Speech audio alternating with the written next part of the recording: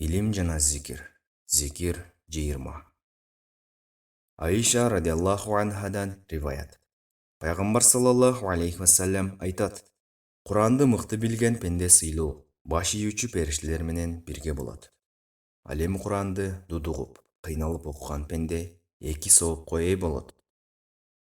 Айша радиаллаху анхадан риваят.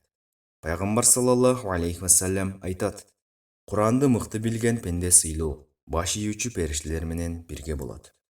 Ал эми Куранды дудугуп, кыйналып окуган пенде 2 соопко ээ болот. Айша радиаллаху анхадан риваят. Пайгамбар саллаллаху алейхи вассалам айтат: Куранды мыкты билген пенде сыйлуу, баш ийүүчү периштелер менен бирге болот. Ал эми Куранды дудугуп, кыйналып окуган пенде 2 соопко ээ болот. Муслим. Пайдасы.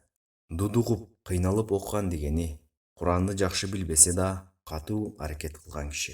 Ошондой эле Куранды окуганда тили келбей, кыйналып, бирок туура окууга аракет кылган киши жөнүндө айтылып жатат. Ага 2 сооп Куран окуганы үчүн жана кыйналганы үчүн берилет.